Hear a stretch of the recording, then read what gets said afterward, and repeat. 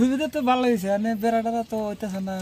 তাও এনে কতদিন ধরে আর কি ব্রিজটা এইভাবে পড়ে। আসসালামু আলাইকুম দর্শক, আশা করি আপনারা সকালে ভালো আছেন। তো আমরা এই মুহূর্তে রয়েছি জামবাড়ি আয়রকাটা। তো আপনারা সরাসরি দেখতে পাচ্ছেন এই মুহূর্তে যে আমরা যে ব্রিজের উপরে রয়েছি। তো দেখতে পাচ্ছেন আসলে এই ব্রিজটা বিগত 7-8 বছর ধরে আর কি নির্মাণ কাজে এইভাবে পড়ে রয়েছে। আর এখনও পর্যন্ত কিন্তু ব্রিজটা সম্পূর্ণ হয়নি, অনেক কাজ এখনও ব্রিজের বাকি রয়েছে। তো আপনারা এই মুহূর্তে সরাসরি দেখতে পাচ্ছেন যে ব্রিজের দুই পাশে যে মাটিগুলো আর কি ফেলা হয়েছে, অবশ্যই কিন্তু একটাও কাজের নয়। তো মোটামুটি কয়েকদিন ধরে আর কি মানুষ যাতায়াত করছে তবু। আর এর আগে এই পাশে যে দেখতে পাচ্ছেন একটা ছোট্ট ব্রিজ, তো যে ব্রিজটা আর কি দেখতে পাচ্ছেন যে আসলে এই ব্রিজটা কিন্তু অনেক দিন এখানেই রয়েছে, কারণ এই রাস্তা আর কি যাতায়াত করেছে এই পাশ দিয়েই, মানে ফুলপুর দিয়ে সরাসরি কিন্তু অনেকটা জুরগেটটারি সিরাকুটি এইসব জায়গায় যাওয়া যায়, একটা মেন রোড আপনারা দেখতে পাচ্ছেন। মানে আসলে যদি বলা যায় যে আমাদের গোয়ালপাড়া ধুবড়ী জেলার মাঝভাগে যে এলাকাটা রয়েছে, আসলেই এই স্থানটা কোনো মন্ত্রী এমএলএর হয়তো চোখে পড়ে না, মানে যেটা আর কি সরাসরি প্রমাণ আমরা নিজেই, আমরা যেহেতু আর কি এখানে আসি এবং এখান দিয়েই কিন্তু যাতায়াত করি। তো যে অবস্থাটা আমরা এই মুহূর্তে দেখতে পাচ্ছি, আসলে যে ব্রিজটা আর কি নির্মাণ হচ্ছে, এখনও কিন্তু ব্রিজের খুঁটির যে দুই পাশে যে খুঁটি রয়েছে, তো সেসবে কিন্তু এখনও কমপ্লিট হয়নি। তো মানুষজন আর কি আসে, খুলে দেওয়া হয়েছে ব্রিজটা। আচ্ছা দাদা, এই ব্রিজটা হওয়ার জন্য আসলে আপনাদের সুবিধা কিরকম হয়েছে আর কি? সুবিধা তো ভালো হয়েছে, বেড়াটা তো হইতেছে না। তাও এনে কতদিন ধরে আর কি ব্রিজটা এইভাবে পড়ে আছে? এভাবে পরে আছে মোটামুটি, তাও তাও মোটামুটি প্রায় 5-6 মাস হইলে। আর কাজটা কতদিন হলে আরম্ভ হয়েছে? কাজ তো বহুত দিনের পর আরম্ভ হয়েছিল। তাও কত বছর?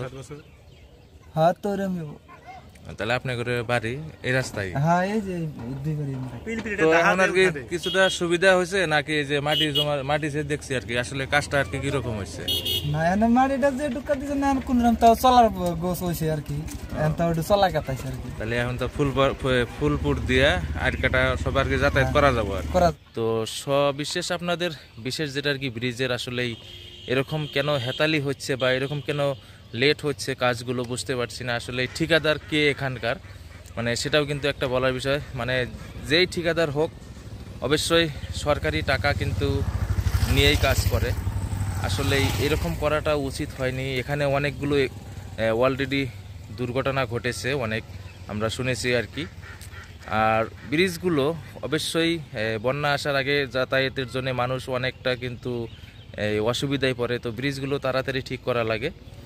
আসলে এটা কিন্তু আসলে ঠিক হয়নি, যত তাড়াতাড়ি সম্ভব আর কি যে এই কাজটা হাতে নিয়েছে অবশ্যই যাতে আর কি তাড়াতাড়ি হয়। কারণ এখানে দেখতে পাচ্ছেন যে মানুষের আসলে কতটা অসুবিধা, আর অনেকটা অসুবিধা কিছুদিন আগে ছিল। এই মুহূর্তে কিছুটা আর কি আশ্বাস যে অল্প যাতায়াত আর কি করতে পারে।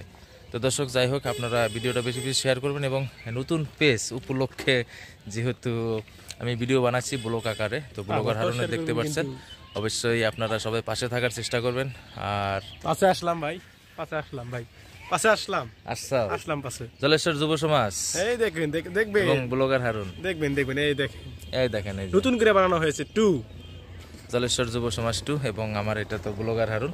তো অবশ্যই সবাই আর কি কমেন্ট করবেন যে আসলে এই ব্রিজটা নিয়ে ঠিকঠাক হচ্ছে কিনা, যেহেতু আমাদেরই এখান দিয়ে যাতায়াত করতে হয়। তো বাচ্চারাও দেখতে পাচ্ছেন এখান থেকে যাতায়াত করছে বাইক দিয়ে, কিন্তু ধুলো বালু, যেহেতু ধুলোর সময় এখন সরাসরি দেখতে পাচ্ছেন। তো যাই হোক, সর্বমোট আর কি ব্রিজের কাজটা তাড়াতাড়ি হইতে লাগে, আর এই বস্তুগুলো নিয়ে হেতালি করতে লাগে না, কারণ কিছুদিন পরে বন্যা আসবে। অবশ্যই আপনারা সবাই আর কি কমেন্ট করবেন যে ব্রিজটা তাড়াতাড়ি হওয়া লাগে কিনা, বিশেষ করে আয়রকাটা ফুলপুরের মানুষদের, সব থেকে মেধাট্রি মানুষদের কিন্তু সব থেকে এই ভালো একটা সার্ভিস হবে এখান দিয়ে। যখন ব্রিজ রাস্তাঘাট সবকিছু ঠিকঠাক হবে, তখন কিন্তু খুব সুন্দর রাস্তাঘাট দিয়ে মানুষজন যাতায়াত করতে পারবে। তো এতটুকুই। আসসালামু আলাইকুম।